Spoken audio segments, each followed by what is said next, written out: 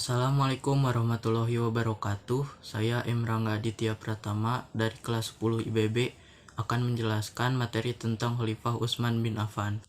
Riwayat hidup Utsman bin Affan. Utsman bin Affan adalah sosok yang kaya raya dan dermawan. Ia lahir dari keluarga kaya dan berpengaruh dari suku Quraisy silsilah Bani Umayyah.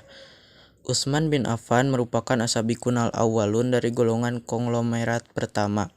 Ia dijuluki Dzun Nurain atau sang pemilik dua cahaya, karena ia menikahi dua putri Nabi Shallallahu Alaihi Wasallam, yaitu Ruqayyah dan Ummu Kulsum. Cara pengangkatan menjadi khalifah. Sebelum wafat, Khalifah Umar bin Khattab memerintahkan dibentuknya Majelis Syuro yang beranggotakan 6 orang sahabat, yang saat itu dianggap paling tinggi tingkatannya, yang bertugas memilih salah seorang di antara mereka untuk menjadi khalifah yang kelak menjadi penggantinya. 6 anggota itu adalah Utsman bin Affan, Ali bin Abi Thalib, Thalhah bin Ubaidillah, Jubair bin Awam, Abdurrahman bin Auf, dan Sa'ad bin Abi Waqqas. Ketua majelis itu dipegang oleh Abdurrahman bin Auf.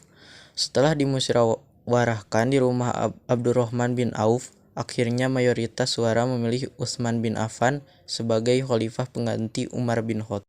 Utsman bin Affan dilantik menjadi khalifah pada hari ketiga setelah wafatnya Umar bin Khattab. Saat terpilih menjadi khalifah, Utsman bin Affan telah berusia 70 tahun. Kebijakan dan strategi Utsman bin Affan. 1. Menyempurnakan kodifikasi mushaf Al-Quran dan menyatukan perbedaan dalam pelafalan bacaan Al-Quran. Utsman bin Affan membentuk tim yang beranggotakan Zaid bin Tsabit sebagai ketua, Abdullah bin Zubair, Sa'ad bin As, Abdurrahman bin Haris. Tim tersebut bertugas untuk menyalin asli dengan dialek Quraisy dan menyeragamkan susunan surah-surah salinan kumpulan Al-Quran ini, disebut dengan mushaf.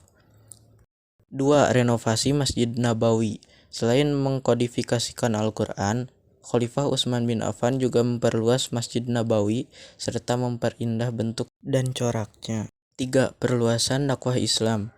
Perluasan wilayah dakwah melalui jalur darat dan laut. Ancaman terbesar datang dari Bizantium. Mereka sering menyerang daerah perbatasan pantai Muslim di Suriah dan Mesir. Dari sinilah akhirnya Utsman bin Affan menyadari perlunya dibentuk angkatan laut yang kuat.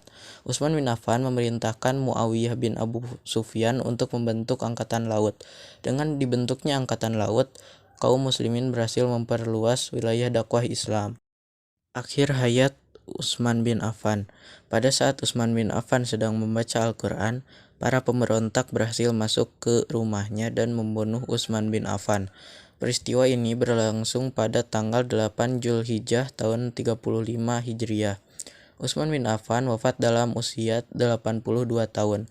Utsman bin Affan menduduki jabatan khalifah selama 12 tahun, yaitu 23 sampai 35 Hijriah atau 644 sampai 656 Masehi. Sekian dari saya, mohon maaf apabila ada kesalahan. Terima kasih. Wassalamualaikum warahmatullahi wabarakatuh.